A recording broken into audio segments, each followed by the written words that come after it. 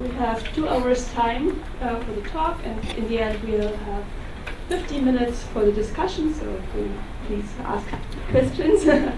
And our presenter is Li Anshu from the National Tsinghua University in Taiwan. And the title of this tutorial is Organ-Level Quantitative Multiplex Microscopy Imaging for Neuroscience and Drug Delivery Systems. So, Lian, stage is yours. Thank you, Ruth. Okay, so morning everyone. I'm really honored to be invited to be the first lecturer today and for the entire conference. I really appreciate this opportunity and really appreciate every one of you to come in such cold weather relative to yesterday. Okay, so I'm Lian Zhu from National Tsinghua University.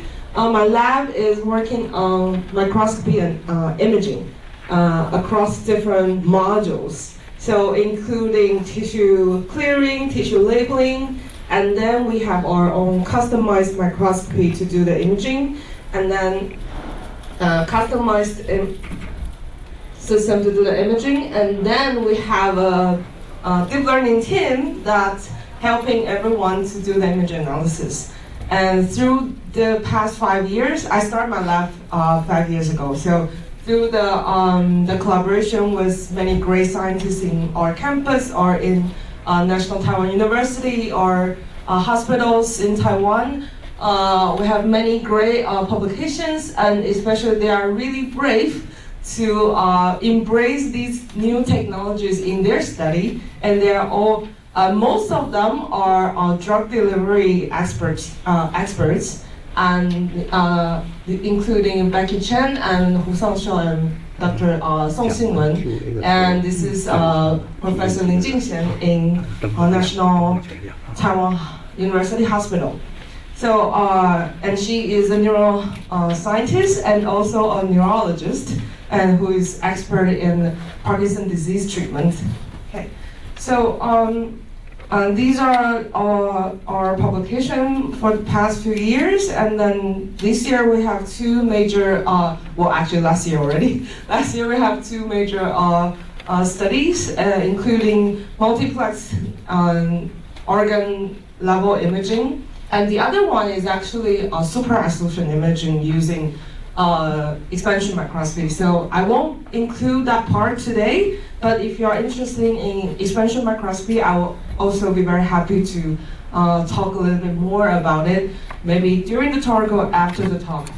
Yeah, and this job particularly is about applying expansion microscopy. We developed a new protocol for doing expansion microscopy in high collagen content tissue, which includes skin, eye, and intestine, or some cancer tissue like pancreatic cancer. So they have over 70% collagen, and which is really difficult to do expansion in the using the traditional protocols. Okay, so this is about this tutorial is about organ level imaging. So let's see some image first. So this is one of the brain image that they took in my lab. And this is a human brain, not a mouse brain. Okay, so you can see that in human brain, the cell, there are many different type of cells. There are astrocytes, there are blood vessel, there are different type of neurons, there are also like excitatory neuron, inhibitory neurons. So in the brain particularly, you really need multiplex image to show people how complex your system is. And this is, if you have listened to my talk previously, I've shown this video for many times, but I still think this is the iconic one. So this is a whole mouse brain, and when we talk about volumetric, when we talk about organ level image, we're talking about like this centimeter size image, but we can see through it with tissue clearing and see all the specific cell or the cells and the fibers that expressing specific biomarkers. This is a dopaminergic neuron, and the blue one is the dopaminergic neuron, and the red one is cholinergic neuron. So a lot of people wanted to see how these two type of neurons interact with each other. So that's why we wanted to see them together. Like we labeled two colors together. But today I'm gonna talk a little bit more about more than two colors, maybe like 10 different colors of tissue labeling. And this is another example of how organ level image can do. So image is not done by my lab. It's done by Nebulon Technology, which was started by my. It is a new startup company, relatively new. It's 5 years now, and the founder, the CEO, was one of my colleagues before. So they can do service as well, and they can. So this is one of their. I think the most amazing case. So this is the eyeball, and you can see all the blood vessel and neurons around it. And there are, of course, more. So the entire tissue clearing field is being blooming for the past 10 years.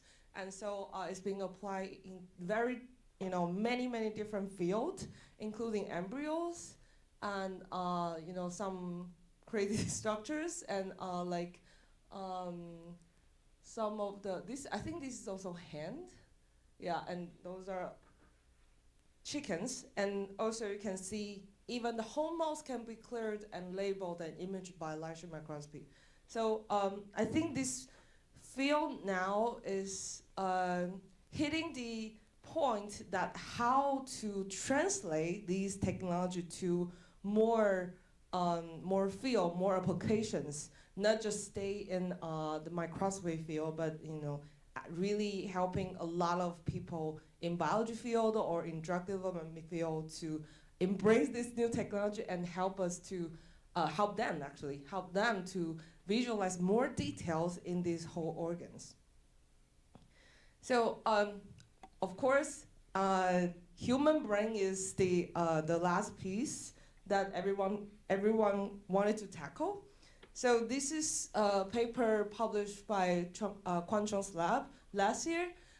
They developed this pipeline that they can do very precise sectioning through a customized vibraton, and then to cut the human brain and into 4 millimeter thickness, and then do clearing and multiplexing, and then they can image the brain in multi-scale light microscopy. So I also want to show you two of the movies. So this is the image from a 80 patient's brain, and you can see how many colors there. They are like blood vessel. The CT31 is blood vessel, and then the IBA1 for and neuropeptide Y, SST for GABAergic neuron, PV, and MPF is also another neurotransmitter, and A beta. From this video, you can see that how many colors people expected to see from this cleared brain tissue, and how complex the system can be. So I think this is very long. And another movie is like this. They're comparing the control and the AD patient's brain. You can clearly see the degeneration of neuron fibers, and then you can also see a lot of aggregation of amyloid beta and tau proteins in the patient below here. Yeah. So through the complete process from tissue clearing, tissue labeling, and customized microscopy, this is something we can provide to neuroscience field and maybe and also the drug design field. And I myself really hope that everybody in their field try to switch from section imaging to this. And I'm gonna show you why. Okay, so generally, during the entire drug delivery system design experiment, what would you do is you have a hypothesis or you have a designed drug carrier, and then you can choose one, and then, of course, encapsule some drugs and then deliver to the mouse, disease mouse. Either it's Parkinson, is Alzheimer, TBI, or even is a cancer mouse models or stroke models. And then what they do is that, of course, they will do behavior. So they do behavior to evaluate the efficiency of their drug. But then it's very important to do the imaging, to really see where the drugs goes, and to see what the drug or the carrier being delivered, and to interact with which cell type in the brain or in the body, okay, like in the intestine. So it's the same for neuroscience, almost the same. Okay, by the way, I was trained as a neuroscientist when I was a PhD student. I only jumped into microscopy field when I started my postdoc. So my entire 7-year PhD is about this. So we usually will find out phenomena first, and then we will raise a hypothesis, and then we'll design genetic tools. Then we do some genetic manipulation, including mutation, optogenetic, thermogenetic, or like RNAi, or some upregulation tools, or like some drug-dependent neural manipulation. Okay, then we're gonna do the same thing again. So we manipulate the animal model. Either is a healthy mice or healthy Drosophila. I was doing Drosophila back then. And then we will see how their behavior change. And then we also want to see how their brain changes or their internal organ changes, okay, through the imaging process. So the whole sequence of doing this study is very similar. And if you have seen two-dimensional imaging before, you'll see that it's very easy to do, actually. It's the whole process to get this image done can be within few hours, within a day, of course.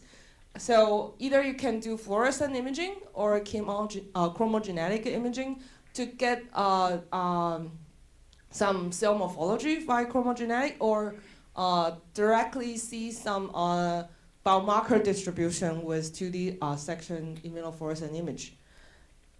And this is although it seems very complex, so this is a standard protocol of the 2D sectioning image. But actually, this can be done automatically. So people don't have to worry about the sample. They just put their sample on the slide. They just cut their sample, cut where they are, their region of interest, and then just put it in the machine and then design what kind of probe you want to do, and then you can label them directly. And then you can take out the slide again and to do the imaging. And the imaging part is super fast because it's only 2D. Sometimes we can do screen, slide. We have this automatic slide scanner. So from Zeiss or from many different companies from Olympus. So the whole process is very fast and very efficient. So a lot of hospitals do this in daily basis, especially in pathology core. But there are some problems, especially from the neuroscience field, as I know. So when I was doing my PhD, everybody, when in the flight field, don't do sectioning. We do whole flight brain imaging. So when I start to do mouse imaging, I don't understand why people can do this sectioning. But then I realized it's much more efficient because when you do this 2D sectioning, you can get into your target area very fast, and then you can do the labeling very precise. However, there's a big issue here. So it's really depending. If you want to measure the intensity of specific biomarker, probably a section is good enough. But if you want to quantify the morphology of specific neurons, this is very bad because it's really depending on how you cut the sample. and we have experienced so many failed collaboration that people say they have seen some phenomena in sectioning data, and when we do whole brain imaging for them, we don't see the same phenomena anymore. But we can reproduce the same phenomena by just select specific angle of sectioning. So that is really bad, actually. So that's one of the reasons why I really want to push this whole, at least half brain, like whole organ image to different fields, because in addition to your target region of interest, it's better to understand the entire system, especially like if you have a drug treatment to some specific disease, you want to make sure it's only targeting on specific neuron type. It doesn't affect the other neuron type. It doesn't go everywhere, okay? And this is a particular case. This is a successful case, okay? So Professor Hu Sangshou he's an expert in drug delivery design, system design. And in their lab, the standard protocol to do the experiment is they design the drug and then treat the animal and then do this 2D sectioning around the wound site. For this experiment is TBI, it's a brain trauma sample. So they will cut a very small slice around the wound here and then compare different biomarkers. And it's very beautiful data here, but you can imagine that it's really selective. So like you have to be really careful about which area of the sample you selected, and you can also see the morphology of the cell. The sample is quite different, so sometimes you can't really see the global picture, how these drugs actually help the brain recover. And so Yahui, my student, have done the similar experiment for them, but with whole brain imaging techniques. So she was able to do dopaminergic neuron labeling, and then able to do some very simple segmentations, and then just use commercial software to do some kind of analysis, and then you can really see how the drug was treated the brain effectively. Okay, so how do we do that? This is the major part of the lecture. So let's define what's organ level imaging and what's multiplex imaging first. So when I say organ level imaging, now I'm not talking about fly brain or sea lion or zebrafish. They are very small. They are. It's very easy to label the whole fly brain. You just put it inside a little well, like 100 microliter of solution, and then dip them for 24 hours. Then you can do the whole brain imaging. But for the mouse brain, it's much harder. The whole process is still a little bit complicated these days. And for example, if we image a mouse brain, it's better to image larger than 50%. So if you cut the sample like in 3 millimeter, let's say, I wouldn't say this is an organ level image. It's just still a very small fraction of the brain. And for the multiplex imaging, we're looking for more than 1 runs of labeling. We're looking for like 3 or 4 or 5 runs of labeling, just like what you see in the previous slide in Quanchong's lab when they do. I think they have done 12 color image, 8 runs of 12 color image in that particular human brain tissue. So the process is quite straightforward. When the first thing you wanted to do is to do clearing and labeling, and I think for this audience, everybody should already understand why we need tissue clearing, because we need to get the light go into the tissue, okay? And to do the labeling, just because we want to make the specific biomarker visible under the microscopy. Then we really need a high-speed image, because all the traditional like confocal microscopy usually is not fast enough to do a whole mouse brain. Let's use mouse brain for now. So to image a mouse brain with confocal, it might take weeks to months to finish the job, and your sample doesn't always survive this process. Sometimes it get quenched during the process, and it's just not realistic to use confocal or any scanning-based microscopy to do the tissue clearing, the mouse brain that's been cleared. Okay, and then we still have to make them quantitatively. So we get a beautiful image, that's fine, but then we figure that when you want to collaborate with neuroscientists or the biomaterial scientists, they want numbers. So everybody expects that you can provide some numbers in addition to this beautiful 3D image. So to develop a pipeline that's specifically for this huge data set is also very important. Of course, if you don't have the tissue clearing method, you can still do whole brain image. How do you do that? The first way to do it is do the sectioning again. So you can definitely do thin section, and then you cut them in series, and then try to merge all the data together afterwards. And this works very well if we have a genetic label neural circuit like this, and then you can trace your target neurons through this axis. However, this is particular successful case, but if you are the person who working on the experiment, it's really pain in the neck because the registration part is difficult, and through the sectioning, all the brain tissue distort a little bit. So it's very difficult to stitch them back together afterwards because these tissue are very soft. It's not like the EM series. When you do EM series, the sample is embedded in resin, so they're very hard, so that it's not easy to get them distorted. There's another thing you can do. Still don't need tissue clearing, and still don't need tissue clearing.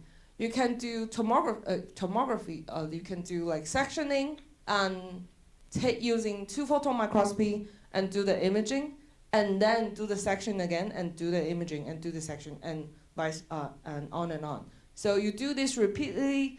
You can still image the whole mouse brain, I think within a day or something. It's pretty amazing, and it's very useful when you want to label some. You want to image some sample that already have fluorescent signal inside. So if you have a sample express fluorescent protein already, or either genetically or inject by virus, doesn't matter. But it's very efficient to do it with these 2-photon based tomography method.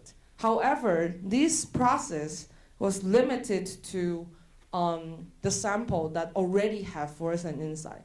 So if you want to do immunolabeling, you probably can't do it because the antibody would just not go into the sample. Okay, so this is my boss. This is my PhD boss. So he invented the first generation of tissue clearing back in 2002. So it's about 20 years now, 23 years now. And this is the patent they filed back then. So the entire tissue clearing idea is based on making the refractive index matching through the entire sample. So this is a cockroach brain.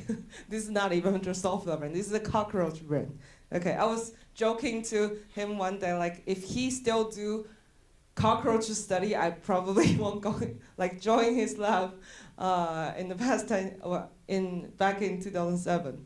Yeah, so he was a great neuroscientist, and his lab published a very good series of neuroscience paper because all the lab members have a great accessibility of this tissue clearing, and we can visualize neuron easily.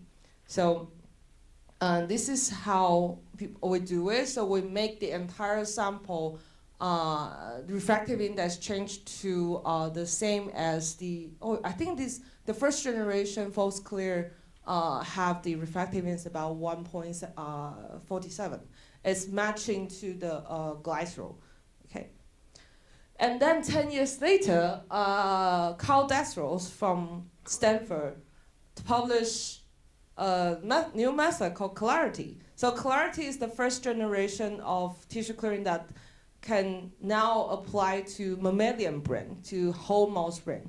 So in the very first Clarity paper that Carl published, they do a delipidation before our matching. So for the mouse brain sample, they will do delipidation first, and then they still have to immerse the entire brain into focus clear. So focus clear is you only work on very small sample, you don't have to do delipidation. You just put the sample into the R matching solution. But if you do large sample, you have to do this delipidation first to make the solution get into your sample easier. Okay, so I asked ChatGPT that how many different protocols being invented for the past 10, 15 years. And he did a pretty good job to summarize it, and then you can ask them to draw some, it's like you can ask them to compare different methods and see which one is more applicable to mouse brain or like to different tissues. But I think my student Yahweh did a perfect job. So I asked her to prepare this slide for me. I thank you for this is a very nice slide. If you want to take pictures, you can just take it. She did a very good summarize to all different tissue clearing methods. So let's see. There are different target organs and different target tissue types that different protocols is aiming for.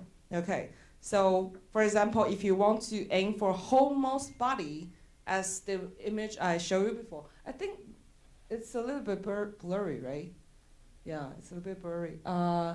But the recording will be online afterwards, so don't worry about it. Okay, so the entire Disco system series, and also the Pegasus and the hybrid parts are particularly for whole mouse body clearing, and you want to maintain the biological molecules, like you want to maintain more fluorescent, let's say fluorescent signal, or you want to keep more RNA, DNA. There are different protocols for that.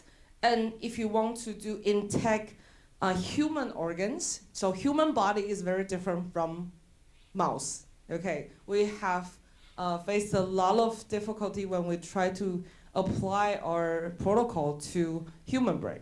So there are specific protocol for human brain or other human organs.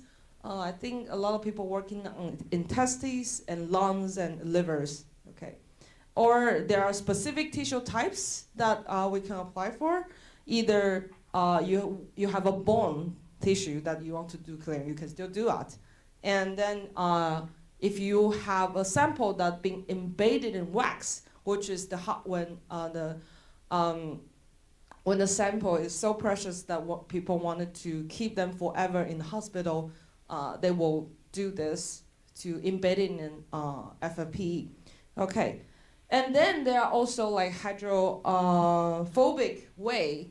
So hydrophobic way, including many different type of tissue clearing. Hydrophobic way will make the sample shrink a little bit, but it's gonna be very solid, so it's not easily to get distorted during the following process. It's very fast, so if you don't want to wait for weeks or months, then you should looking for this process. And there's also like hydrophilic way that is more friendly to the cell labeling, the immunolabeling approach. And then there's also like tissue transforming, which means you embed the sample with hydrogel that to keep them more solid but still able to do immunolabeling or much stronger tissue clearing on them.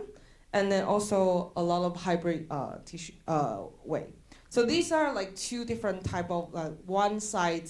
This side is like tissue type targeting, and the other side is different type of tissue clearing.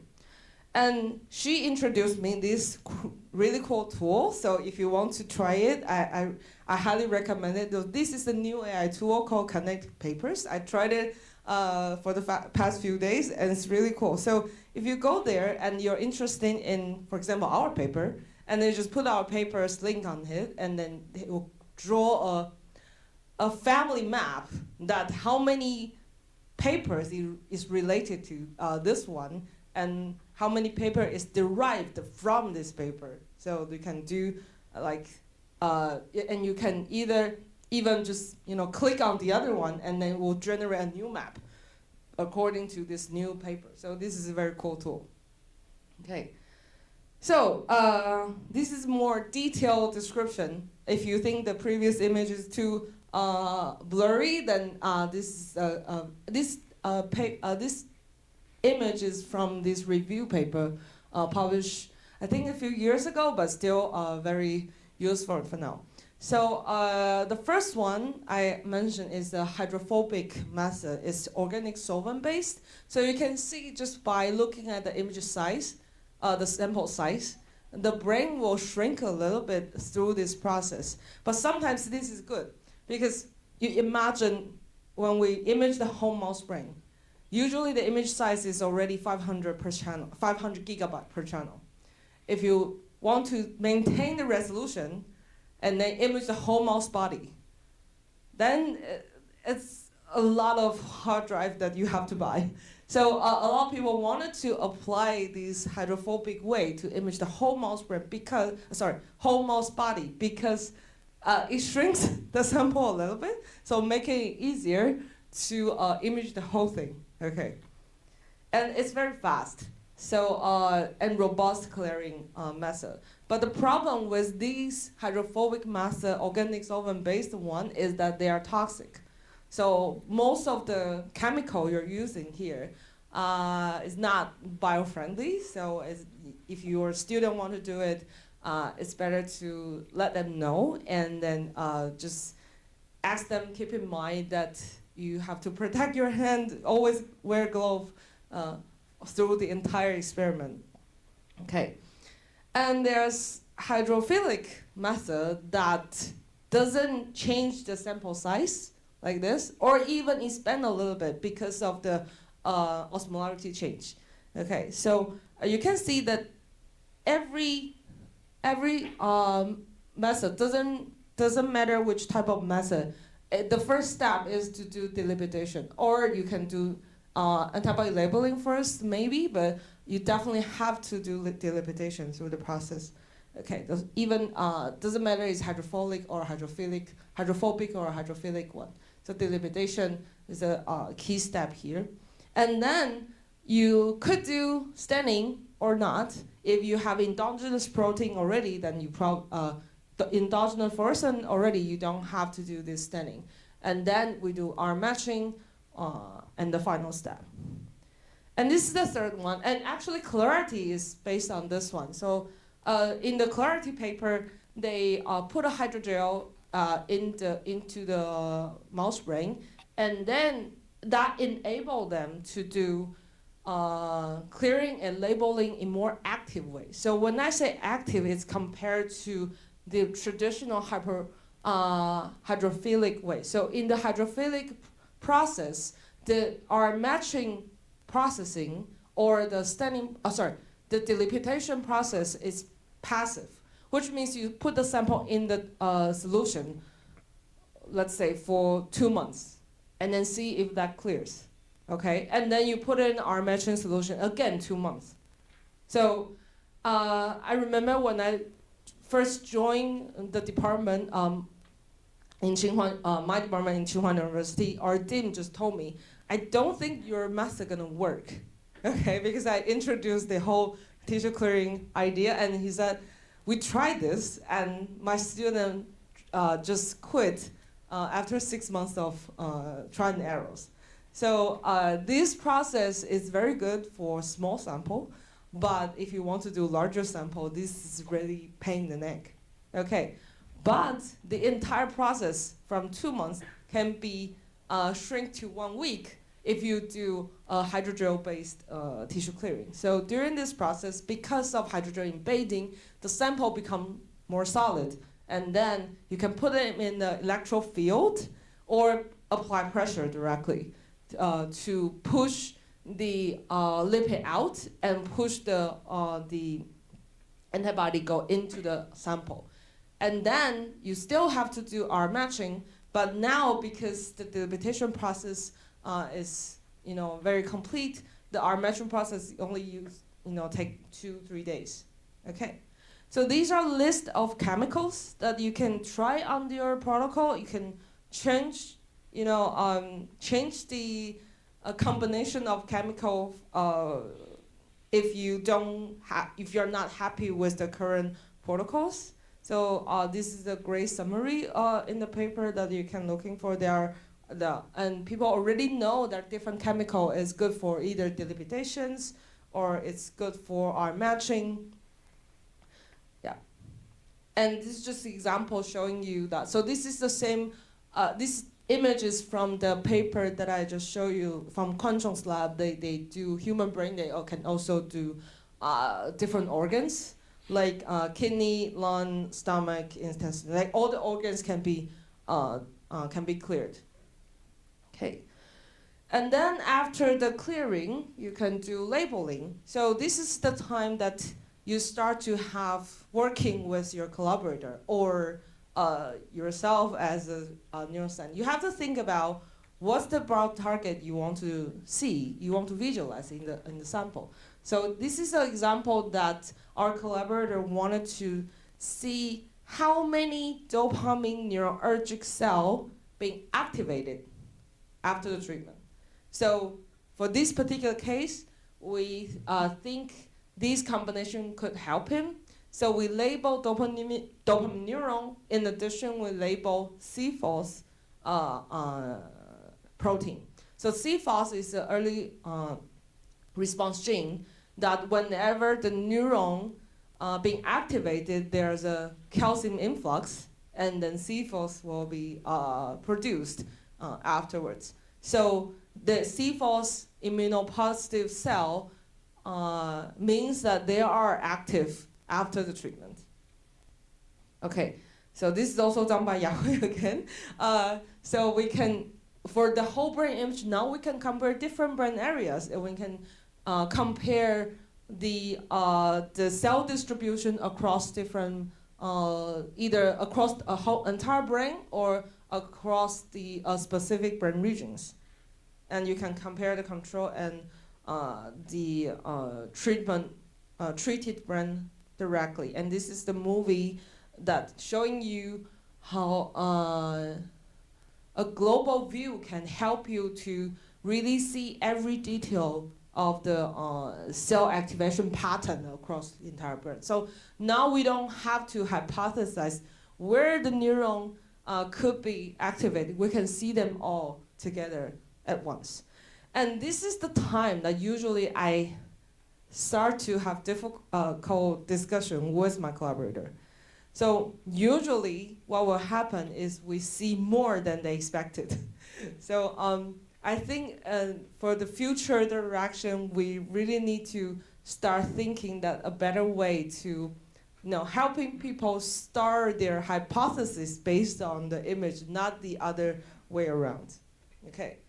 So now a little bit promotion of my own lab. So I get a lot of requests because we can do this whole organ image, but people want to do more and more biomarkers. They want to do like 10, 12, 30, 20, 30. And then you can see like so many biomarker they want to look at. And we also get a request from the hospitals. And in the hospital, they always embed, as I said, always embed the sample in this FFP block. So the reason is this sample now is being dehydrated and then embedded in wax. This sample can last forever for like 3 generations of students or 10 generations of students. And the biomarker is so safe there, they can still retrieve the sample, do the sectioning, and do even sequencing on it sometimes. Okay. So, but the problem is, in the past, nobody can retrieve the sample from the FFPE and maintain the structure and do the centimeter-sized tissue clearing and labeling method, apply the tissue clearing and clearing method on this type of sample. So this is the request we get from the hospital. So in the past few years, we developed this new technique called Keep Clear. This is the first method that allows you to do 3-dimensional tissue clearing image from FFPE embedded wax block. And the process is, I would say, it's relatively straightforward, but yeah. So after you embedded the sample, you can do perfect embedding, and then it become wax and wax embedded, and then you can store them in room temperature in any corner of the hospital. In the pathology lab, of course. And then, whenever you wanted to do the imaging, we have developed this process that after dewaxing, rehydration in a specific way to do antigen retrieval. So antigen is the biomarker that you want to label. And then we can do this home mount multiplex imaging and do the light sheet and do quantitative analysis. So this is how the brain looks like. So it will shrink during the FFA embedding process, of course. But then after you retrieve them, the morphology didn't change a lot. Okay, so I hope that by looking at this process, I convince you that the final sample can represent the original state. Okay, so we have proof that we can also do this whole brain registration and quantification in the FFP embedding brain, and we can do multiplex. So this is just a 6 round of image. So the reason we don't image 3 different biomarkers in 1 round is that for this particular paper, the 3 channel of the microscopy, the first channel we used to do, we imaged the background of the mouse brain, and the second channel we imaged the vascular system in the brain just for the registration. But if you don't care about registration, then you can do 3 runs of 3 color in 1 runs. So theoretically, with 6 runs, you can get 18 colors. Okay, and actually you can do more. Actually, we haven't tried the extreme number of multiplexing with HIF-clear, but Yahoo is doing a new protocol right now. And more exciting is this. So this is the data that requested by the reviewer. So the reviewer said, "Can you do you guys said that this protocol is really good for the hospital sample. Then is it okay to work? Is it workable on the formalin fixed sample?" So formalin is more widely used compared to PFA in the hospital, especially for larger sample. So and usually for the human brain, they will put the sample in formalin for months. But in the regular lab, usually you just put the sample in PFA for 24 hours for mild fixation. So the fixation time is very different from the sample from the lab to the sample in the hospital. And so we have proved that this protocol can definitely apply on the sample that's being fixed with formalin for 3 months.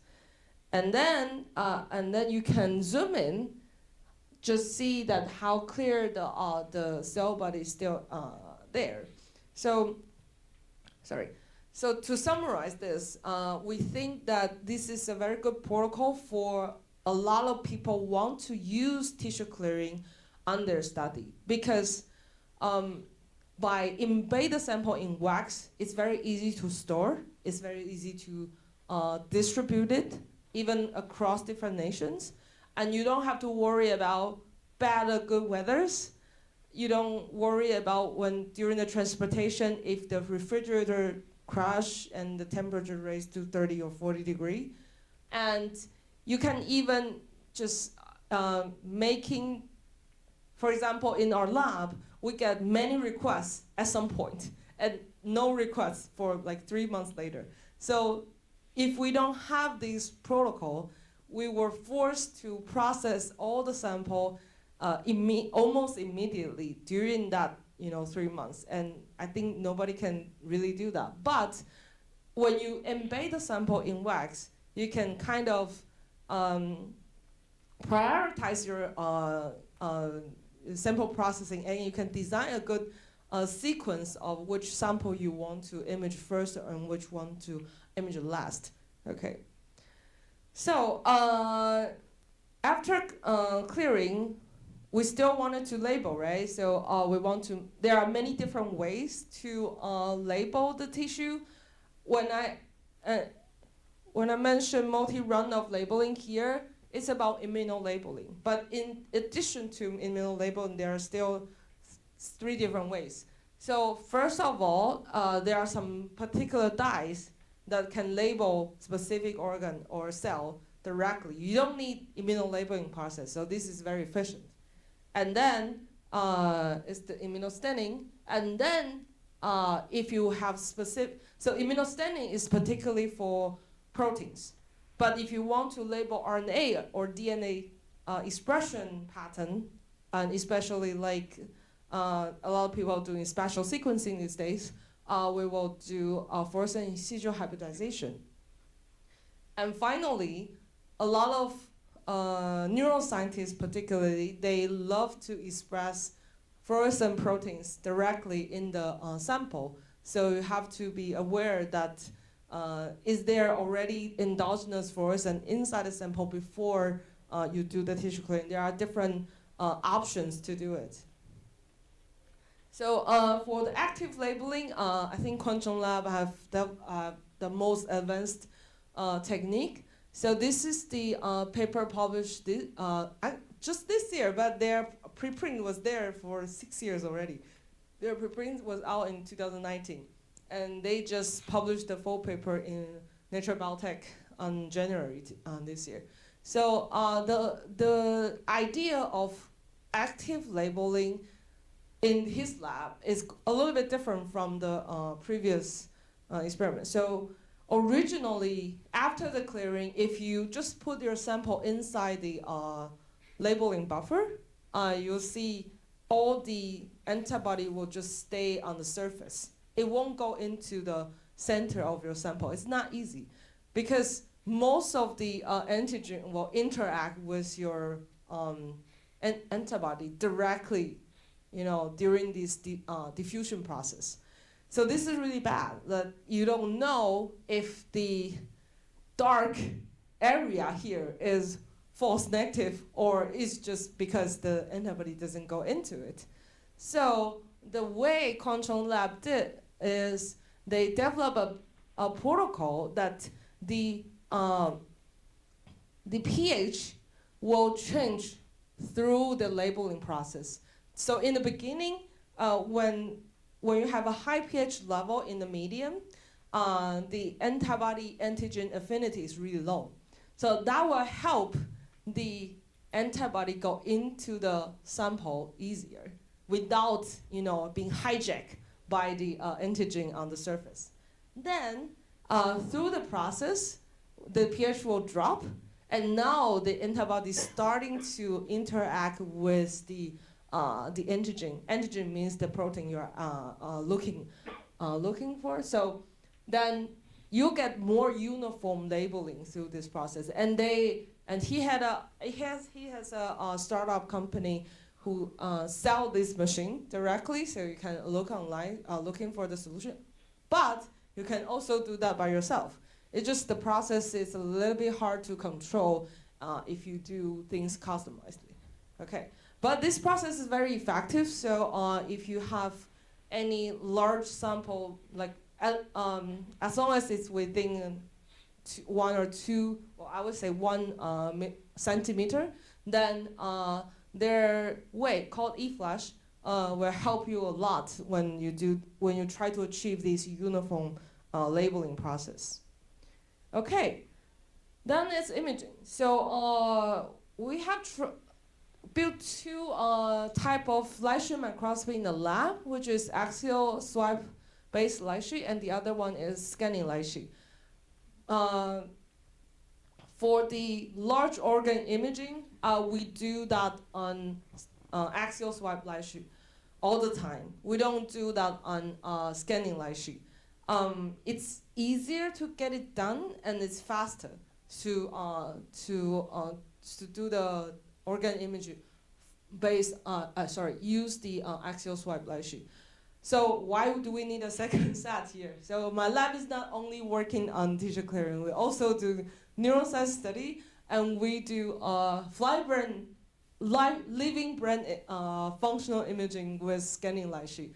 So if you're interested in that, I have a higher different slides talking about live imaging using light sheet microscopy. So that if you're interested, I'm more than happy to talk about that afterwards. Okay, and this is a little review from Jonathan Liu's lab, and they are really good at open top light sheet microscopy. I think this is a really good future direction when people wanted to buy light sheet in their lab, because you can see that from with their design, this is their design. So in traditional light sheet microscopy, it's not easy to change. It's not easy to have multi-resolution in one setup, but or like together actually. But in their setup, it's relatively easier to do multi-scale imaging. So, okay.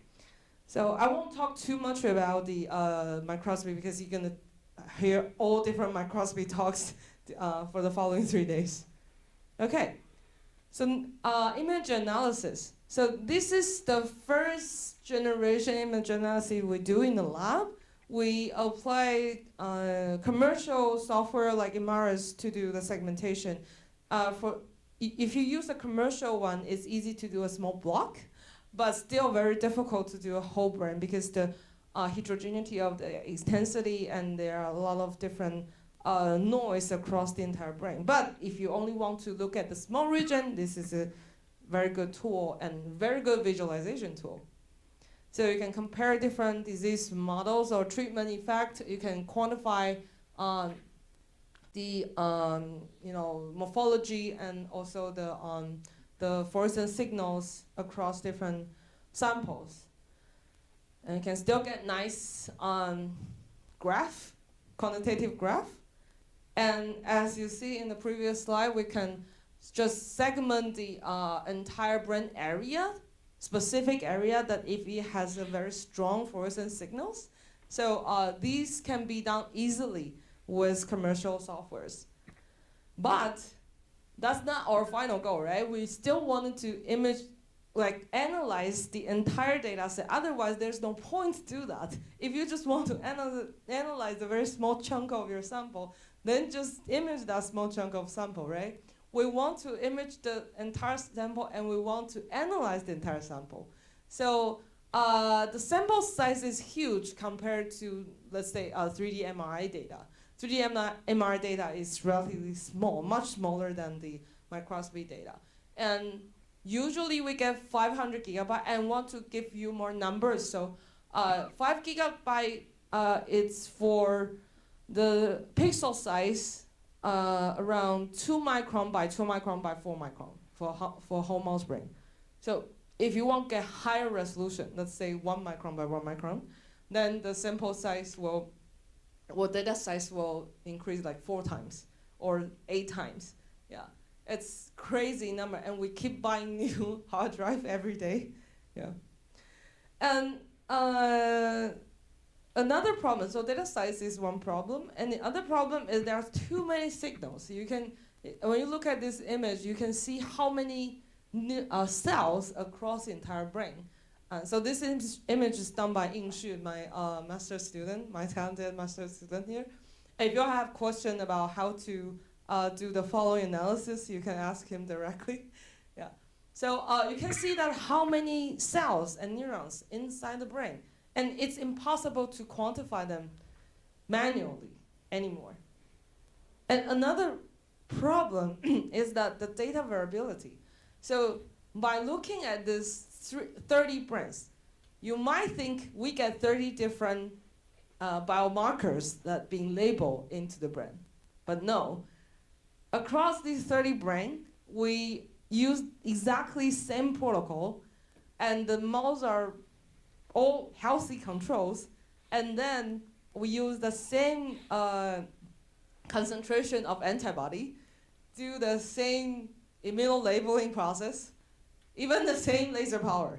So, but still, you're gonna face different signal response across different brains. So this is quite annoying, because now through traditional method, it's really difficult to segment signal from these 30 brain all at once. And not just across brain, but within the brain, there are strong cell and very dim cells. So this is really bad, because when I saw this image first, I asked my collaborator, maybe you just need a bright one? And they said, no, we also need a dim one. And sometimes we need to change the criterion and see which intensity level we need. So this is really a painful process that you need to select every single cell from the tissue. And it's three-dimensional. So it's three-dimensional image, but it was imaged by 2D virtual section. So then you have to make sure that you don't quantify the same neuron twice, same cell twice across different planes. Okay. So finally, our lab have developed a pipeline that include 4 steps that helping everybody to do the analysis for the entire brain. So first of all, we figured that it's quite important to do pre-processing, but it's not always this. You can do pre-processing in many different ways, but we have tried different ways, and we have developed 2 different pre-processing tool. One is piecewise function, is under review right now, and another one is called Hinge. I think Neil will present his work in Tuesday, right? Is it in Tuesday?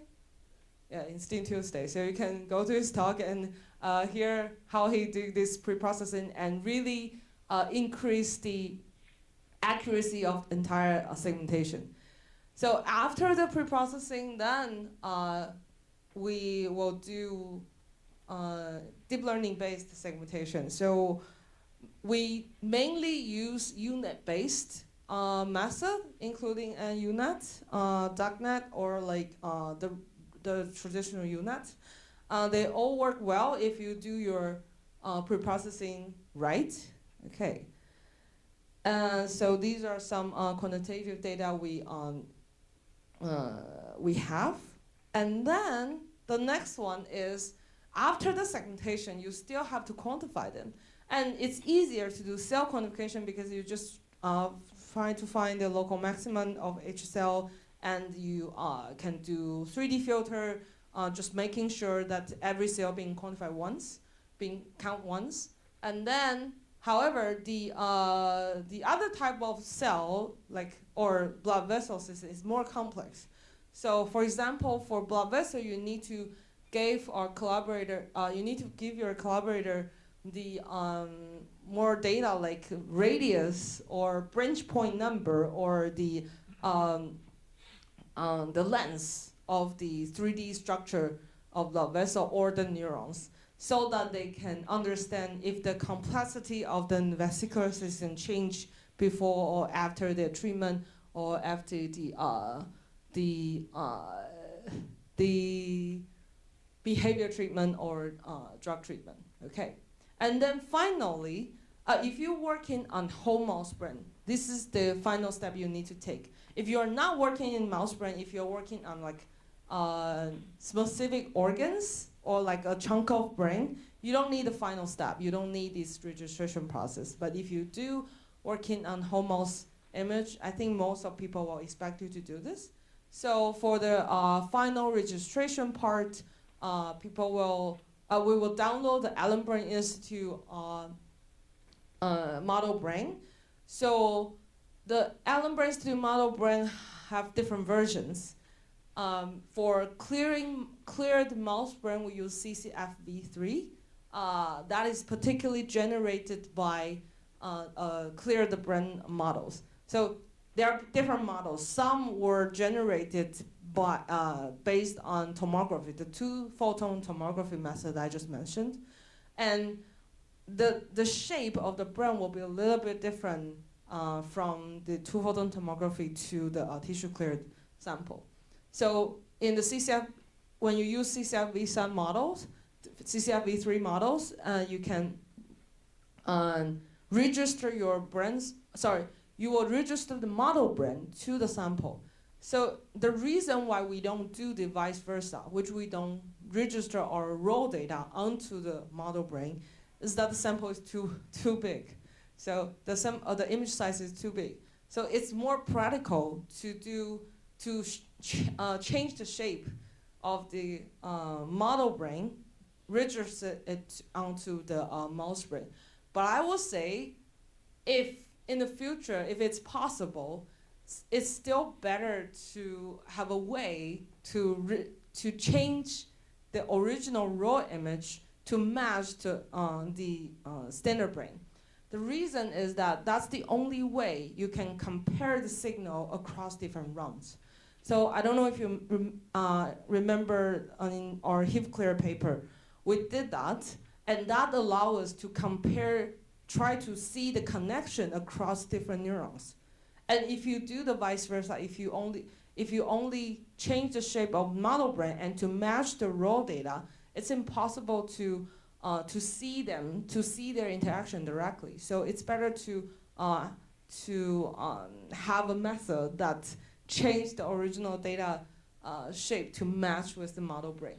But in our paper, the way we do it is we downsample the brain a lot. So the resolution downsample a lot to just making the cell visible to do our analysis, but that's definitely not a optimized conditions. I'm really looking for new registration method that enable us to do raw image registration, not just the model brain.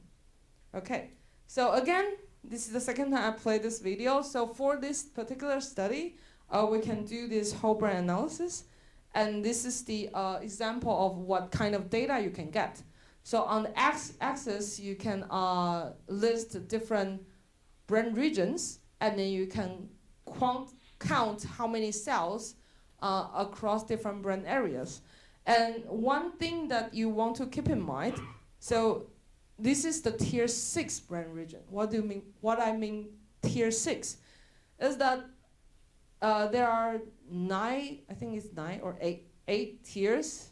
8 tier means that there are different levels of brain region, the brain region numbers. So in tier 1, there's only one level, it's whole brain. In tier 2, there are 3 brain regions, which is cerebellum and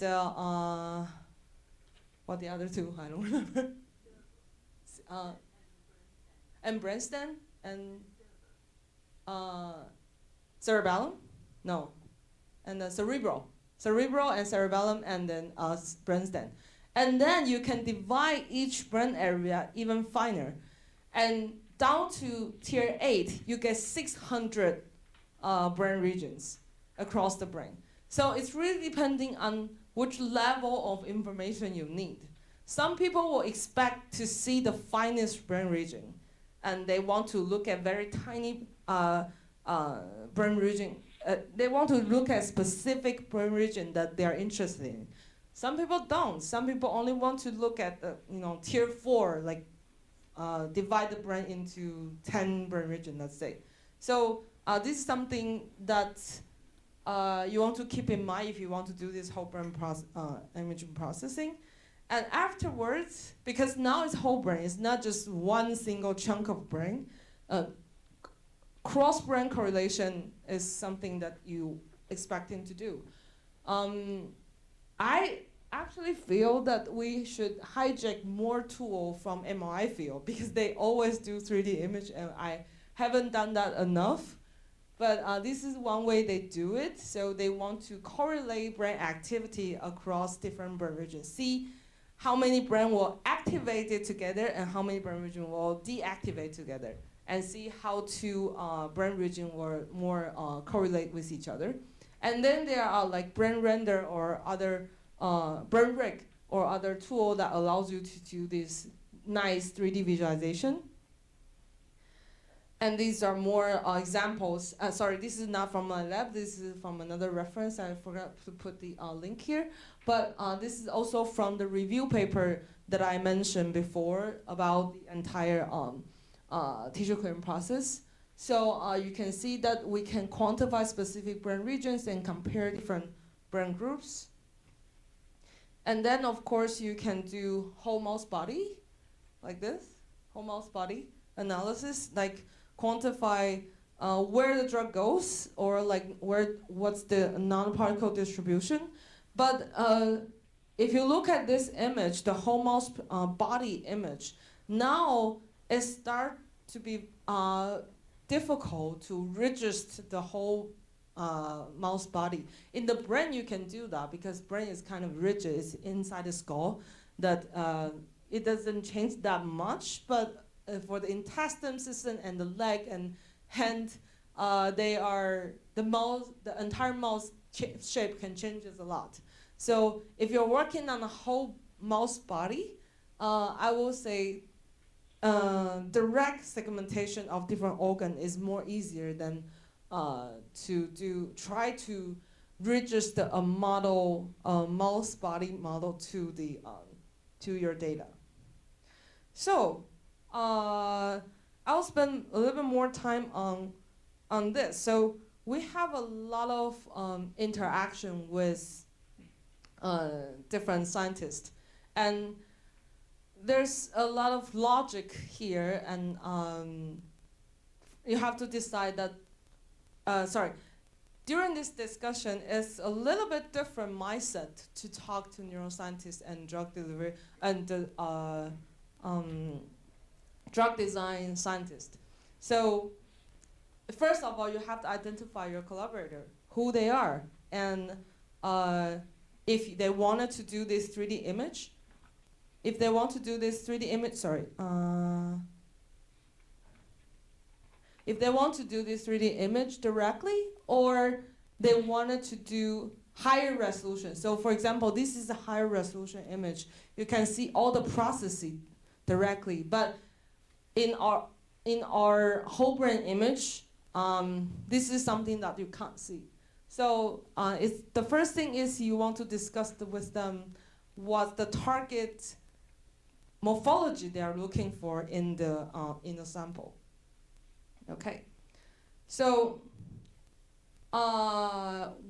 when you talk to a biomaterial scientist, they actually looking for the answer about the safety of their drug. So they wanted to understand that if the drug goes to somewhere else, in addition to their target brain region or target body region, and then the second thing is about the efficacy. So that is their goal. So then what we will do during the communication is like this. So first of all, you need to communicate with them what's your disease model. For example, if it's a TBI model, it's very, very difficult to do brain registration because there will be a chunk of the brain disappear. So when there's a hole in the brain, it's impossible for the algorithm to understand how to register that part. Okay, so you have to make sure that you understand what's the disease model they're using, and then what's the organ. So it's not always the brain. Sometimes they tell you that they want to see the brain first. Then the second day they say, oh, it might affect the liver as well. And the third day they say, okay, now I want to see the intestine, to see a brain-gut axis. So it's very important to discuss with them about the target organs, and then that you can design your experiment in more reasonable way. And then I think,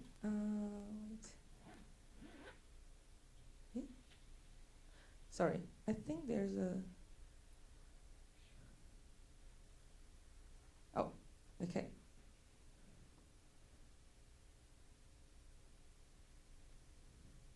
Okay, so what, and then is what the, do you want to visualize your drug carrier? Means that do they have fluorescent signals on the drug carrier directly already, or you need to label them afterwards? And for most of the time, the problem we're facing is they do have fluorescent signal on the drug carrier, but during the tissue clearing process, it's being easily being washed away or being photo bleached.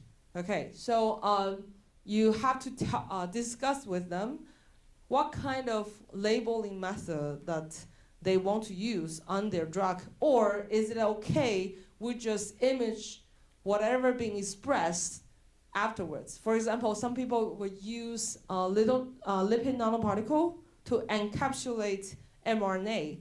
So during one collaboration, we asked that if we can use the expression of mRNA or the expression of the protein that drive from the specific mRNA that they want to look at, and they say yes. So we just image the protein product that drive produced by the mRNA they deliver into the tissue, and it's more accurate actually. So you not just want to see the drug, where the drug go, where the carrier go, but you also want to define if they are successfully translated to proteins in the specific tissue. So this is a step that we find very critical during the discussion process. And then is the time point. So the entire process of tissue clearing and labeling still take 2 weeks, for at least 2 weeks for a sample. And if they say that we want one time point, 3 mice for my experiment in the beginning, and that's easy. But then usually what happens is when they see the image, they say, oh, then I want to compare like 10 different time points. Okay, so it's better to okay. It's better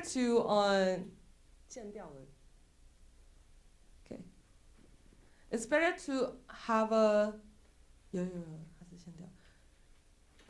more thorough discussion about how many time points through the experiment that they expecting to see. And it's better that they already have sectioning data. So as I said, I don't think sectioning should be dismissed. I just say that the whole organ image should be added to everybody's process. But using section image is still very efficient, much more efficient than the whole organ image. And then you should talk about how many targets, especially protein targets, you want. And in our case, for the biomaterial scientists, usually they wanted to see either brain activity, then you can label CFOS, or they want to see a particular neuron type. Are they being recovered by their drug? So usually it's within a run that you can finish all the experiments. Okay, and then finally is the quantification. So in the biomaterial lab, they sometimes wanted to quantify the colocalization between specific cell type to their drug. Sometimes they wanted to quantify the cell morphology. Sometimes they wanted to quantify the distribution of immune cell inside or outside the tumor, let's say. So you might have to draw an outline of the tumor, and then you quantify the distance of each protein target to the surface of the cancer, the tumor ball, and it's including the protein target outside and inside the cancer. Okay, so there are many things that you should discuss before you actually do the experiment. Otherwise, you'll face some problem because across different time points, sometimes you get different batch of antibody during immunolabing, and that causes problems. If sometimes even it's the same brand, even it's the same tissue type, same animal from the same lab, if it's from a different batch of antibody, then the efficiency will change a lot. So you want to keep the experiment within a reasonable time to finish. Otherwise, it will face more difficulty to try to explain the results. And if you're working with a neuroscientist, a little bit different. So in the neuroscience lab, usually they will have more hypothesis-driven study than just exploratory study. So it's better to understand their hypothesis first, and then I found that neuroscientists usually have more, willing to open new possibilities.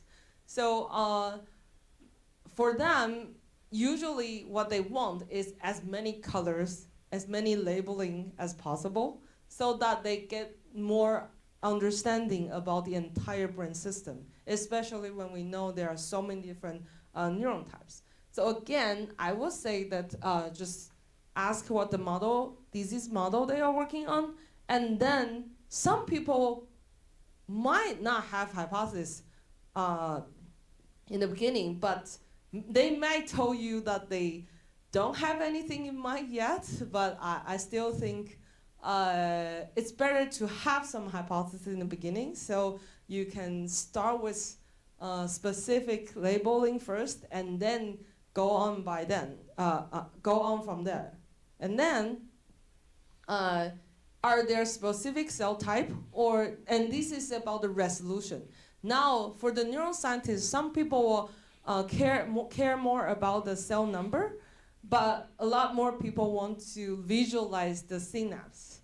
And for the resolution I just mentioned, the 2 micron by 2 micron by 4 micron, it's impossible to see it. So if your collaborator is working on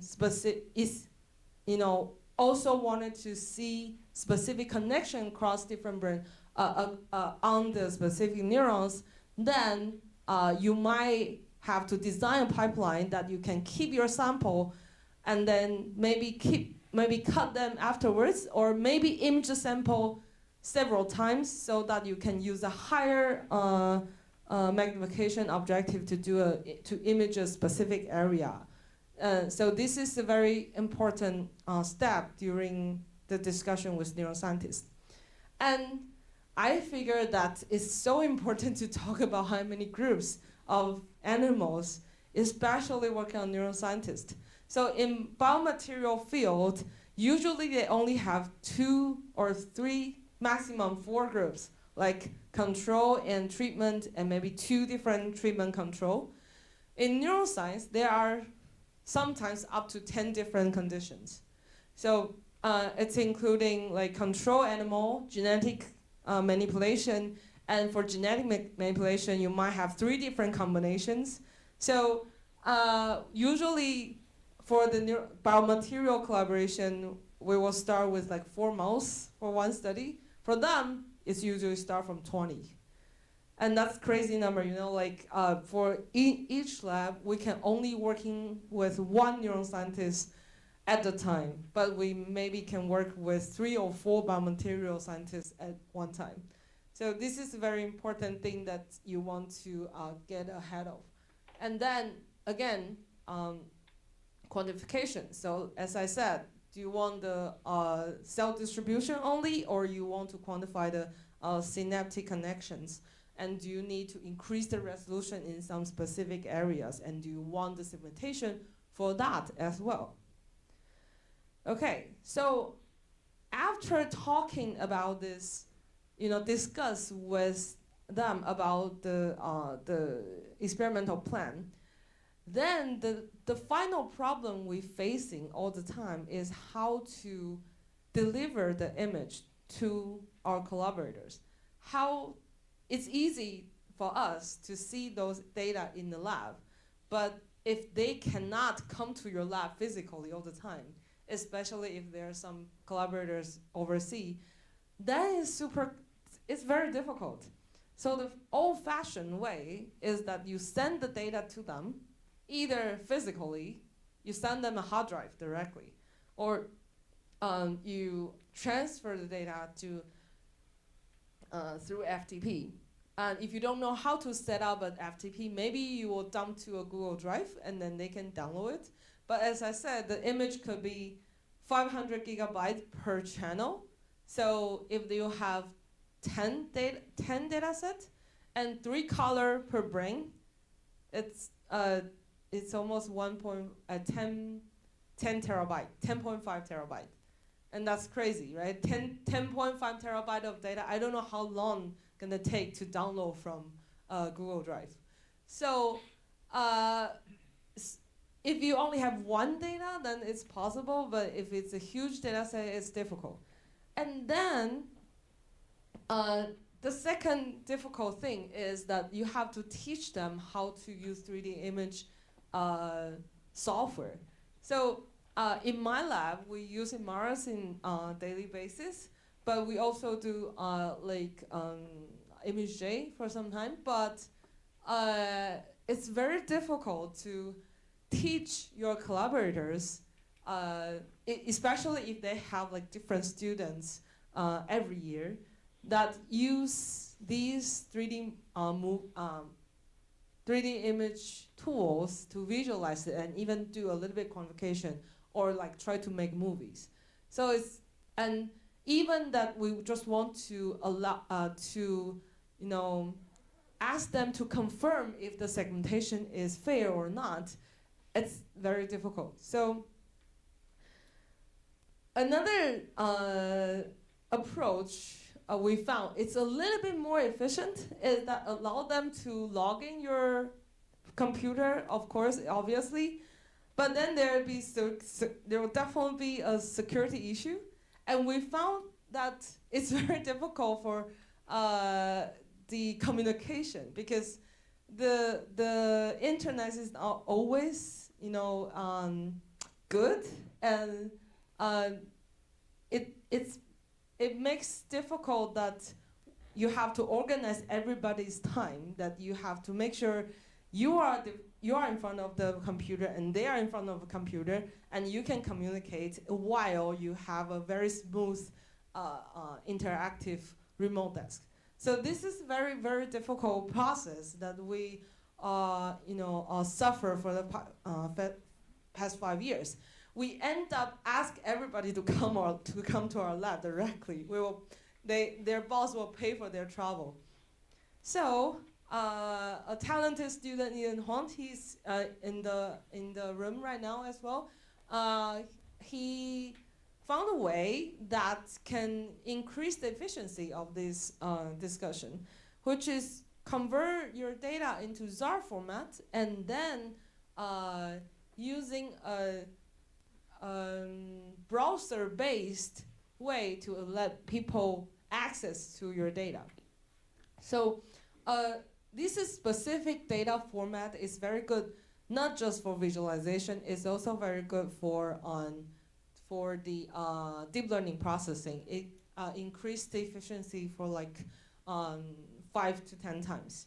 Okay, so the main idea of ZAR format is they chunk your sample into small pieces and like this. So it's kind of in Mars. So if you're familiar with in Mars, it's also use HDF5 format, and they make this pyramid multi-resolution image data that you can the computer will automatically select the correlate resolution to show up on the screen. So when you have a more remote view, the computer will only retrieve the low resolution image, so you get a global view of your data. When you try to zoom into the specific region, the computer will retrieve the high resolution data. So it's created by there's a international aliens about the new data format. How to say that? New data format society something. So the OEM czar is one of their product, and then so you can see that originally your data will be a huge 3D sample. If it's a TIFF, then it will look like this. It's a 2D slide, 2D series TIFF, right? But in ZAR, they will chunk your sample in pieces directly and shift the sample to your to the screen, computer screen, or to your data processing software. So either just do when you do this quantification. Let's say when you want to quantify specific brain regions, how many cells there, and they are by making this process chunk by chunk. It's also very good for data transform. So usually we will not store this huge data in the hard disk within our computer, right? So we will store on somewhere else, and so usually what takes the most time is the data transfer from the data storage side to your computer. So by convert the ZAR the data from TIFF to ZAR, it will save you a lot of time when you do this data transferring. And when you it's more also benefit from it's also benefiting the memory the efficiency of using the memory, and then it's the most important thing is compatible with web-based applications. So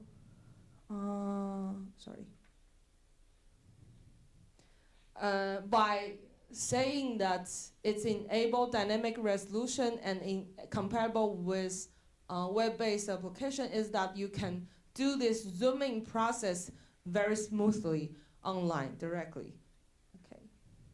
So this is an example, and there are available viewers already in Python-based environment.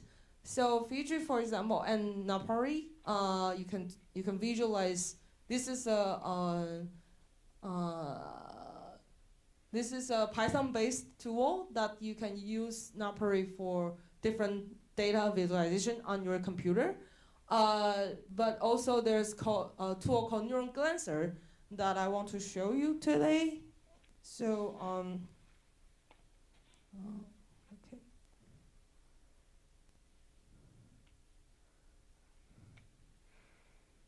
Okay. So I hope you can see that.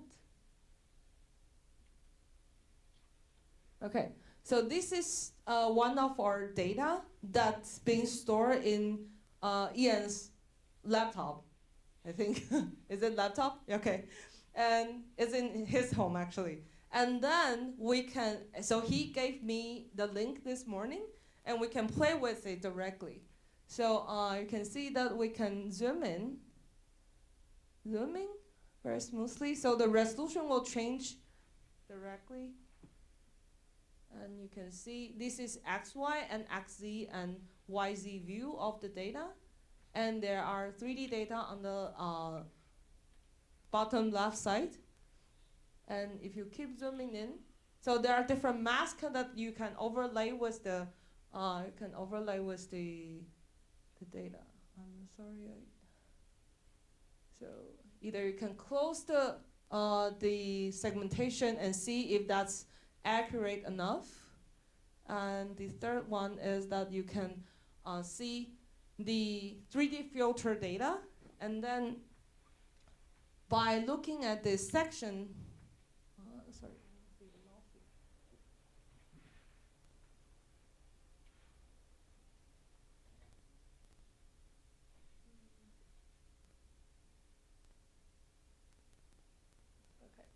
By looking at this figure, it's a 3D rendering. So this is very easy for our collaborator to just look online and to see the image acquired by our lab, and then see the raw data, see if the immunostaining is correct across different burn regions, see if it's even, okay, and see from 3 different angles, okay. So I also want to show you another one, which is the Drosophila data. It's a Drosophila image data set. I think it's here. So this is done by Genelia a few years ago.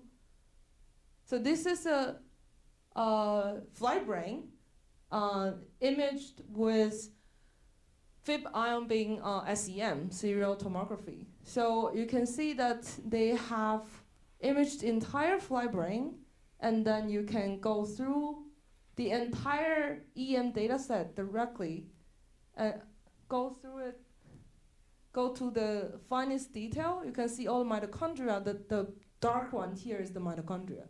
And then you can even click on specific neurons, and then they'll draw the 3D image. Of course, you have to label them first. You have to have the segmentation data first. But you can select any neuron interest, and then there will be a 3D image showed up here. Okay, so this tool is very useful for data communication, especially when the people cannot go into your lab directly. You can show them the registration accuracy, or the data selection accuracy, or even communicating that how many different kind of analysis they wish to have. Okay, so let's go back here. Okay.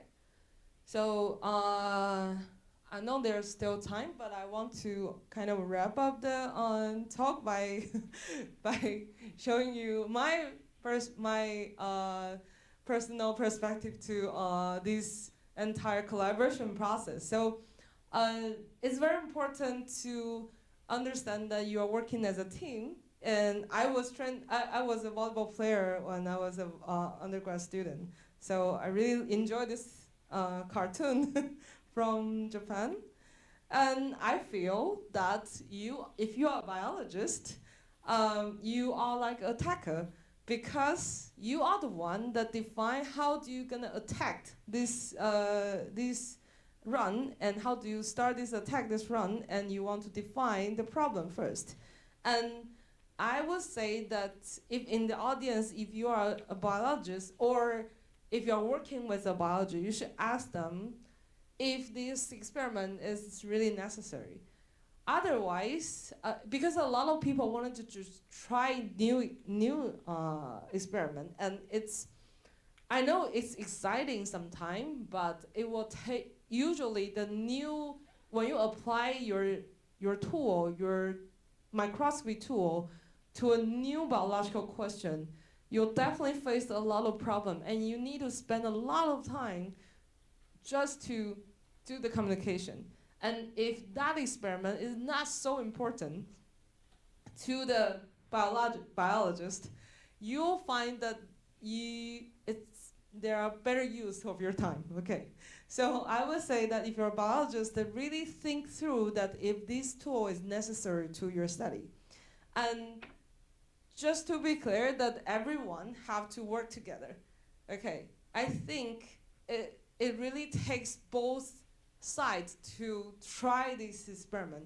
So if, for example, we have done some new experiment with Raman imaging, Raman scattering imaging, it was so painful because they cannot, the scientists who developed this Raman microscopy thought that the tissue imaging will be exactly the same as the cell imaging.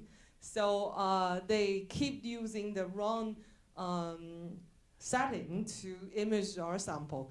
And that is a very difficult process until we sit down and then talk about the possible way, discuss about the possible way of fine-tune their protocol. Then we get a successful image from their microscopy. So it's definitely going to need a significant time to do and manpower. You need several students. Some students understand the technique a little bit more, but some students understand the biology a little bit more. So like it's really a teamwork.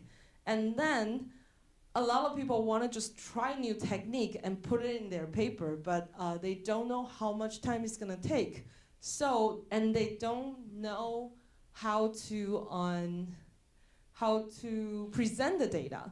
So once you decide that this is a good collaborator, then you will have, if you're a biologist, you want to collaborate with this microscopy guy, then you need to think about, you need to just draw the entire hypothesis and show them where their data gonna locate it in the paper. And then it's easier for them to understand how much different ways or how much effort they have to put in your study. And then finally, because all the biological study takes forever to publish, it's usually 5 to 7 years, really, to making a big publication. So from my experience, when I was a PhD student, when I working with microbiologists, they always think that we stop working on specific tool paper already. I say no, we're still working on it, but just not done yet. And my previous paper I just published my PhD thesis neuroscience paper just last year. And it was 15 years of work. It's crazy long process to get the neuroscience study out. So you just have to keep telling the your collaborator, your microscopy scientist collaborator that you are still working on it, and then to keep updating the new progress. So if you are engineer, if you are a microscopy scientist, I think you are the team leader here actually. So in the cartoon, the team leader is Sawamura. So he is usually the one that try to understand like everybody's personalities. So I feel that when I play the role of microscopy specialist and when I collaborate with the biomaterial guy, I feel that I have to understand everybody first too. I cannot only focus on myself anymore, because if you only focus on yourself, then it's really difficult to get into their core question and making them feel that your tool is the most important. It's very important and worth their time to take into their study. Okay, so you need to understand their direction of research first, and then try to be brave to say no if you think their study, your tool is not the best option for them. For example, during my collaboration experience, when I feel that this lab should only use section image, I will just tell them that maybe you want to do section imaging first and get enough data, and then to consider if you want to use our imaging tool. Otherwise, it will waste a lot of your time and their time. And because the other, your collaborator doesn't understand microscopy, usually. So it's better to let them know what kind of expecting result that you're gonna have. And then after understanding their data, you will have a better idea as well to understand, to show them just by drawing. It's okay just by drawing. Just show them how to imagine that your data can be fitting their total story. And then, most importantly, don't underestimate the complexity and significance of genetic tool. So when I was a PhD student, I was trying to working with a team that they working on high-speed two-photon imaging. And I remember that they have failed in the first 5 months. And about the time they about to quit the collaboration, I asked them politely, can I change different flights? So by just changing different reporters, makes their experiment much more successful in the following 2 weeks. So the genetic tools is progressing in biology field, is progressing every week. And we get brighter and brighter reporter, better and better manipulation tools. So just ask them if you think there's better options to do the experiment, and try to teach them a little bit your technique first, so that you might get the best chance to have a good performance on your system.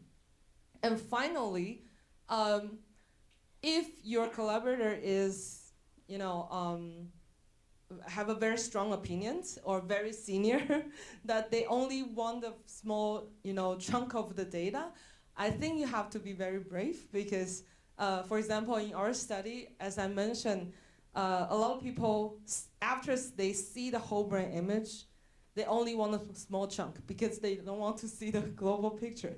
So now is the time that you have to decide, you want to keep this collaboration or you want just show them a specific area. Do you think that's fair thing to report or not? And finally, actually that's my role now. So I was trained as a setter when I was volleyball team, and I feel like if you're both biologist and engineer together, this is the problem you're facing every day, I think. Because as I said, the biology study will take forever to publish, but it's very fun to do biology. And on the other hand, it's usually not a good thing to publish the technique paper after 5 years. You're gonna be scooped easily. So the dilemma is happening every day, and I think my lab members suffer that a lot as well.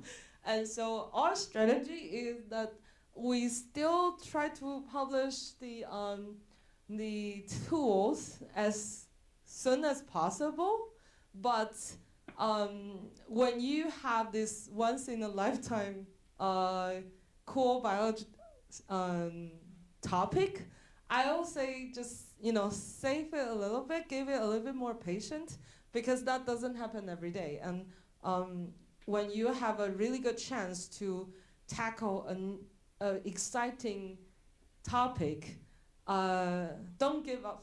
Don't give it away so quickly. Just try to accomplish as much as possible, and then you get really good reward. Okay. So I think that will be all. I want to welcome everybody again. So here we're in Taipei, but in Taiwan we have a lot of mountains. And if you're mountaineers, I think I want to welcome everybody to go some trekking for next trip to Taiwan. It's very beautiful. It's beautiful in the summer or in winter. We do have a little bit of snow on the mountains, and there are 300 mountains in Taiwan that over 3,000 meters. We're a tiny island, but we have so many mountains that I think very few people can actually go through every mountain through his lifetime. Okay, so that'll be all. Thank you. Thanks for your listening, and I want to thank all the collaborators and especially my students and all the funding agency in Taiwan. Yeah. Okay. Ruth. That'll be all. Thank you.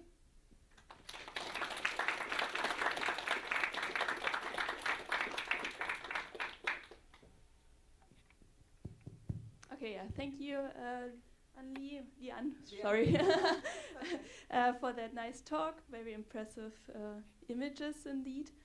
So, are there any questions in the audience? Yes, over there. Yes.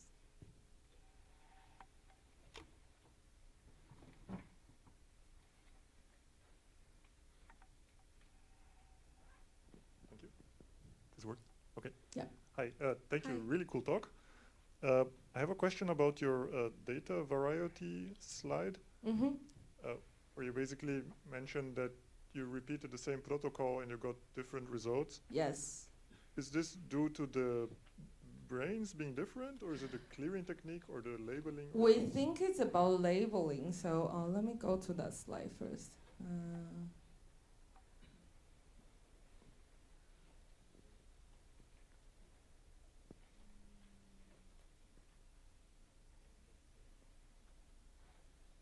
Yeah, this one, right? Yeah. We think it's because of the labeling process, but honestly, that's only our hypothesis. Yahoo, do you have other? See, I'm really depending on my student. Thank you for your question. And I just want to add some my opinions because we do that experiments using the commercial live canvas devices. Do you know live canvas? Actually, it's a company using technologies similar to Clarity.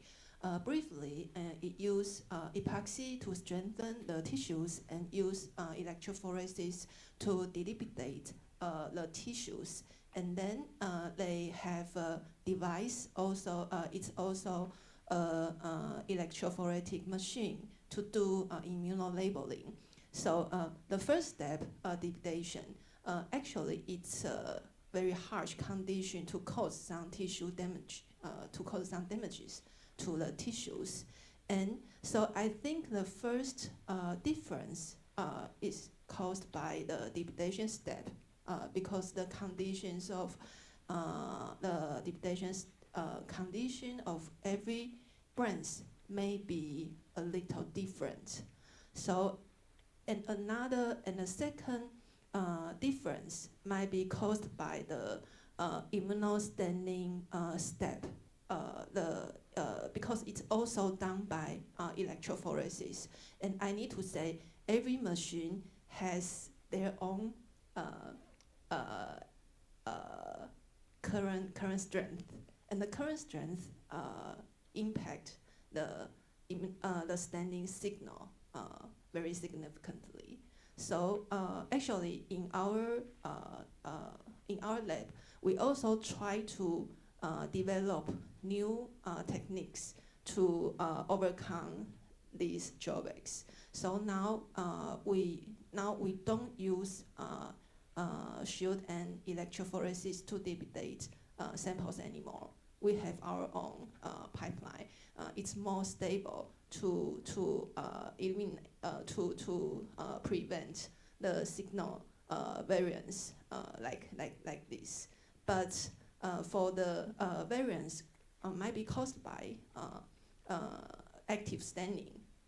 We are still working on it. Yeah, so another thing is about fixation. So you say the difference in mouse brain, originally they are from same type of mouse, but the fixation process might be a little bit different. It's really depending on that particular mouse, is that fixed really well or not. That will also affecting the efficiency of antibody labeling. So the more step you have, the more variant you're gonna have. So to simplify the process, it's really key point we're working on right now. Yeah. Thank you. Yeah. Okay, yes, please. I've got a loud voice. Thank you. Hello. Thanks for that talk. We do really similar stuff, so it's really nice to see you have the same things happen for you as it does for me. So I have two questions. It's basically about things I'm going to try literally when I get back from Taiwan. Mm-hmm. So you do the sort of multi-round multiplex labeling. Yes. Just looking at it, might be a question for you. So I just sit on there. I understand how hard it is to get the antibodies in. Pain. So in that what I'm just about to try is hybridization chain reaction, HCR, Oh, okay. from the Trisco paper. Do you have Uh-huh. any experience of that? Because we would like to do multiple rounds. You can DNase treatment. So- Not yet. How thick is your sample gonna be? So it's for different projects. So one would be whole brain for CFOS, Wow. because the okay. labeling's half the time. Okay. And I've tried whole brain labeling before. But using iDisco, not Live Canvas. 85% worked. I had that rimming around the outside. Also, there was no need for it, so I stopped. But the project we have now is it's going to be a millimeter brain slice, because we want to label it previously in vivo imaged brains, and then that image volume becomes labeled with different interneuron subtypes, and that gets registered back to the movie. So that's why I'm trying HCR, because we just need to see, is that cell VIP positive? That's it, nothing fancier. So that's what I'm about to try. Is this something you're going to try? We were thinking about it before, but I would say that most of our request is it doesn't need that for now. But I don't know if that's compatible with RNA labeling maybe in the future. So you obviously got that thing where it's a transcript, not the protein. Yeah. So there's that. But if it works for me. Then the second question you mentioned at the beginning, it's another thing I'm just about to try, is expansion microscopy. Okay. So I've tried cubic X once, I see. ages ago, literally once, Okay. and it didn't work that well. Okay. Do you have a method you've kind of settled on? What is the expansion microscopy approach that you use? So for 4X, we usually do the original protocol from Ed Boyden's lab. That's good enough. Okay. But if we're getting the collagen high content sample, we're gonna use our own protocol. The only difference from that one to ours is changing the digestion temperature and time. Okay. Yeah. So just and for larger expansion factor, for 4X you use traditional. Yep.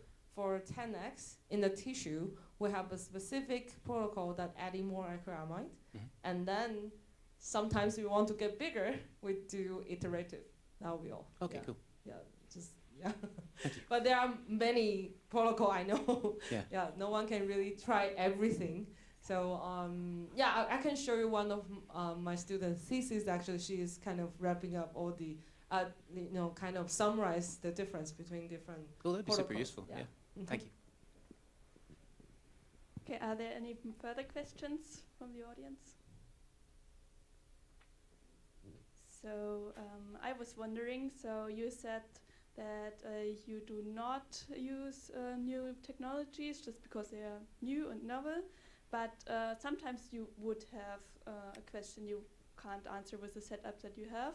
So you do modify your microscope setup, for example? Or Yeah, of course. Okay. So you're saying that if there's need, can we do some changes in microscopy side, right? Or Yes. like for the entire experiment? Doesn't Microscope. matter. Yeah, we do. So especially for the microscopy,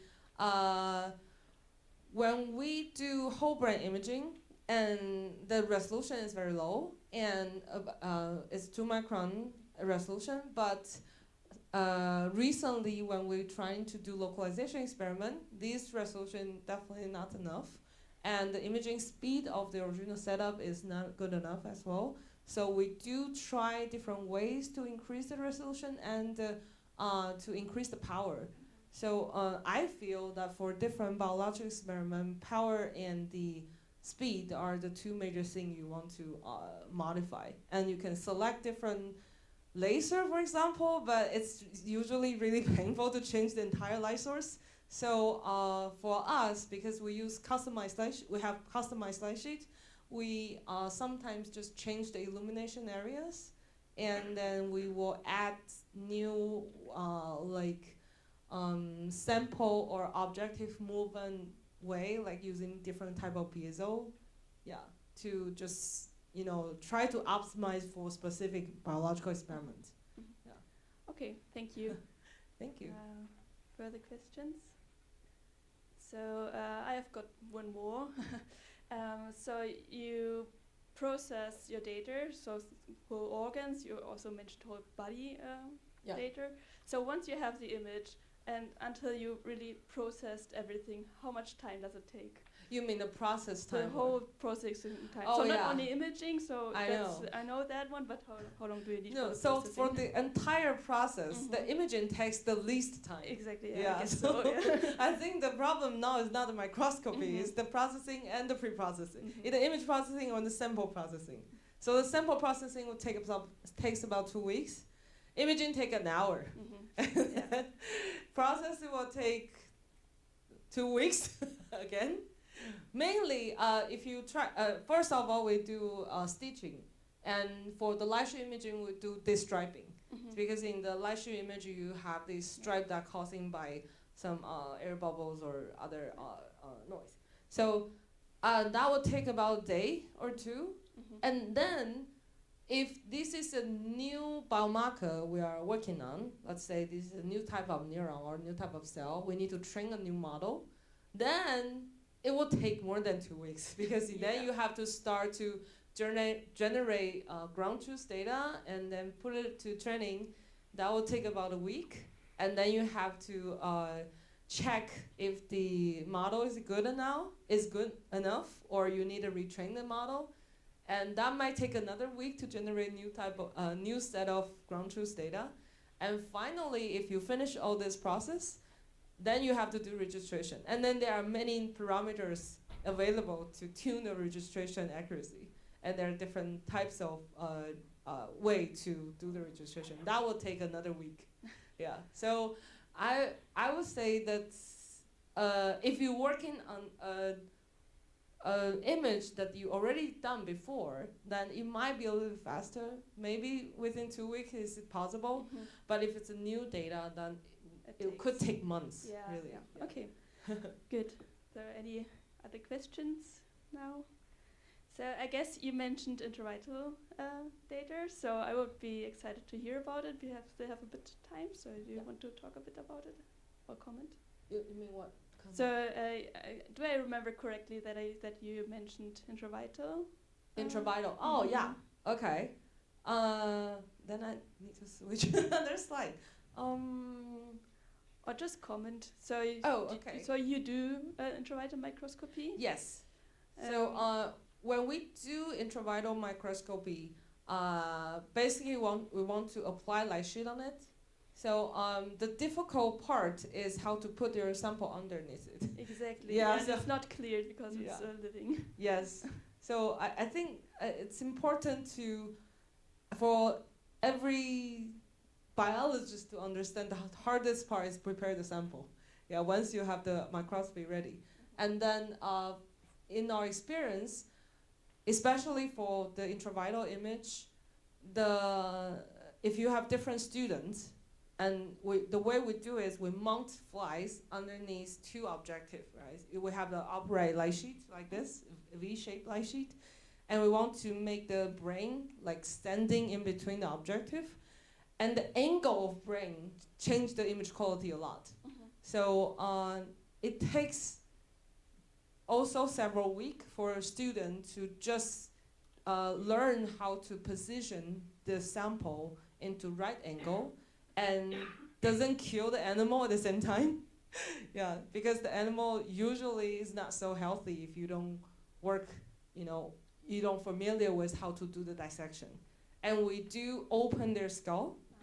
We do open their skull and then mount them on the specific ring of it, and so you can image the brain, and the objective will still be dipping in the PBS, the solutions. Mhm. So for a student that's been working on it for several years, they can do the whole process within 5 minutes.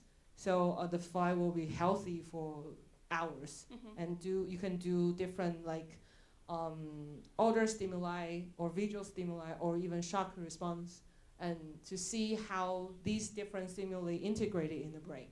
Yeah. Okay. Thank you. Thank you. So there are no any further questions from the audience, then I would just close the sessions. Thanks. Thank you. Thank you again for the